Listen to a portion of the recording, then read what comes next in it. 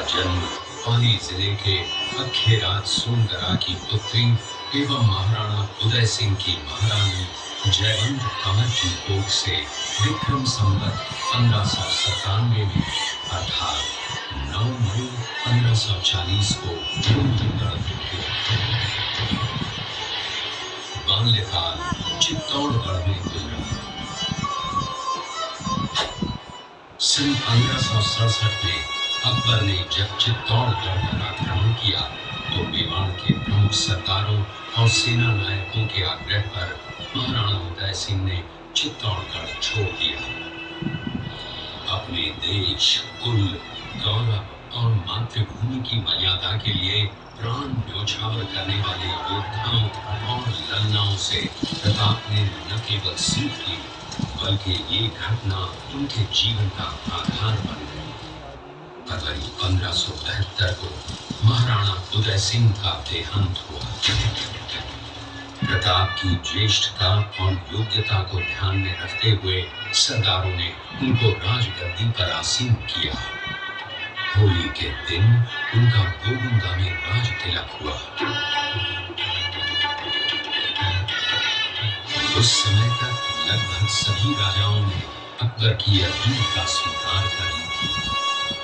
एकमात्र महाराणा प्रताप ने अपना मस्तक अकबर के आगे नहीं झुकाया। प्रताप मुगलों से लोहा लेने की तैयारी में जी जान से जुट गए। 18 जून 1576 की सुबह हल्दी घाटी और खमनोर के मध्य एक मैदान में ऐतिहासिक युद्ध हुआ। महाराणा प्रताप की सेना गोगुंदा से हल्दी घाटी पहुंची, जबकि सेनापति मानसिंह के नेतृत्व में मुगल सेना ने हल्दी घाटी के ठीक नीचे मैदान में अपना मोर्चा जमाया। मुगल सेना के हरावल दस्ते द्वारा घाटी में घुसपैठ करने के प्रयास की प्रतिक्रिया स्वरूप महाराणा प्रताप की सेना मुगलों पर टूट पड़ी। प्रताप के हरावल सैन्य दलों का नेतृत्व पठान हाकिम खान कर रहे थे। भीरू राणा, जो राणा पूंजा के नाम से भी जाने जाते हैं, उनके नेतृत्व में भील आदिवासियों ने गोरिल्ला पद्धति से युद्ध करते हुए मुगलों के छक्के छुड़ा दिए। देखते ही देखते शाही सेना में खलबली मच गई। रक्त तलाई घोड़ों की टापों, हाथियों की चमकारों और तलवारों की झनकारों से गूंज उठी।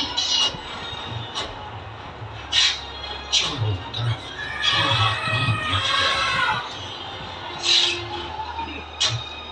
युद्ध का घटनाक्रम अचानक उस समय बदल गया जब प्रताप ने अपने घोड़े चेतक को पेड़ लगाकर मानसिंह के हाथी पर चढ़ा दिया और उस पर भाले से भरपूर वार किया। मानसिंह हाथे में दुबक गया। हाथी से उतरते समय चेतक की एक टांग कट गई। इस स्थिति को भांपकर महाराणा प्रताप के हमशक्ल सेनापति झालामान ने महाराणा प्रताप से आज्ञा लेकर उनका राजमुकुट धारण किया। मुगल सेना झालामान को महाराणा प्रताप समझकर उन पर टूट पड़ी और झालामान शहीद हो गए। उधर चेतक ने अपने स्वामी को 5 किलोमीटर तक 3 टांगों पर ही लेकर एक बरसाती नाले को पार किया। उसके पश्चात उसकी प्राण पखेरु हो गए। इस युद्ध से महाराणा प्रताप के मन पर गहरा प्रभाव पड़ा। परिणाम स्वरूप उन्होंने मुगलों पर विजय प्राप्त करने तक राजसी ठाट बाट छोड़ने और पत्तों पर भोजन करने का प्रण लिया, जिसे उन्होंने जीवन भर निभाया। महाराणा प्रताप ने अपना सैन्य बल बढ़ाकर सर्वप्रथम अरावली पर्वत की घाटियों में बसे दिवेर पर चढ़ाई कर विजय प्राप्त की। इसके बाद कुंभलगढ़ पर भी विजय प्राप्त की। सिर्फ चित्तौड़गढ़ को छोड़कर सारे मेवाड़ को अपने अधीन कर लिया। कालांतर में महाराणा ने चावंड में अपनी राजधानी स्थापित की।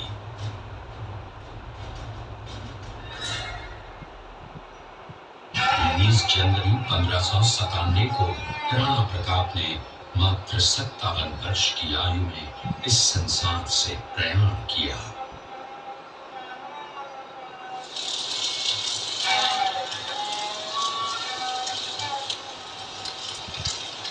हल्दी घाटी का युद्ध एक सांप्रदायिक युद्ध न होकर आत्मसम्मान, मातृभूमि की स्वतंत्रता व स्वाधीनता का संघर्ष था।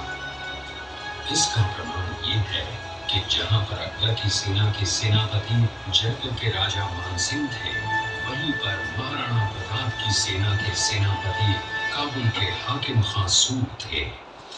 महाराणा प्रताप स्वतंत्रता की वेदी पर एक ऐसा अंगारा था जो आत्मसम्मान व देश गौरव के लिए दिन रात जलता रहा, धधकता रहा और अंत में बुझकर भी उसने देश में ऐसा लौह भर दिया जिसकी प्रखर किरणों ने भारत माता को गुलामी की जंजीरों से मुक्त कराने के लिए सदा प्रेरित किया।